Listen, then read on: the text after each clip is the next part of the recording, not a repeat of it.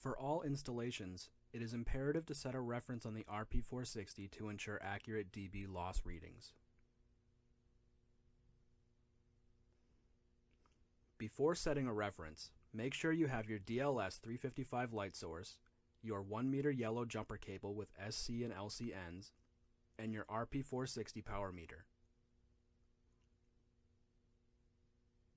The SC end of your yellow jumper will be inserted into the DLS 355, and the LC end of the jumper will be inserted into the RP460.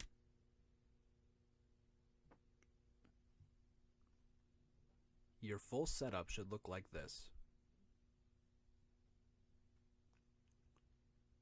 When both ends of your yellow jumper are inserted into the adapters on the DLS 355 and the RP460, you can power both units on.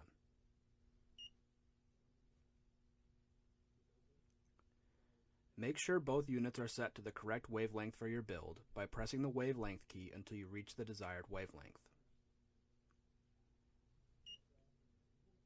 If you are unsure of the required wavelength, ask your construction manager or consult your build documentation. To set a reference, the RP460 needs to be in DBM mode. To switch to DBM mode, press the DBM key on the RP460 for 1 second. Your reading on the RP460 should be between -3 and -5 dBm. If your reading is not in this range, clean and reseat all connectors and try again.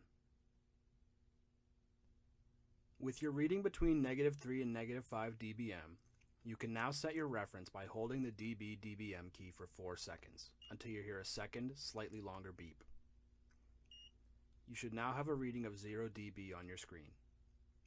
Fluctuations of 0.05 dB in either direction are normal, but if the reading fluctuates much more than that, you will have to clean your connectors and try again. With your RP460 holding a steady reading in dB mode, you can now disconnect it from the jumper, put a protective cap on the fiber end, and send the DLS 355 with jumper attached to the top of the tower to begin loss testing. Find out more at Vicom's website.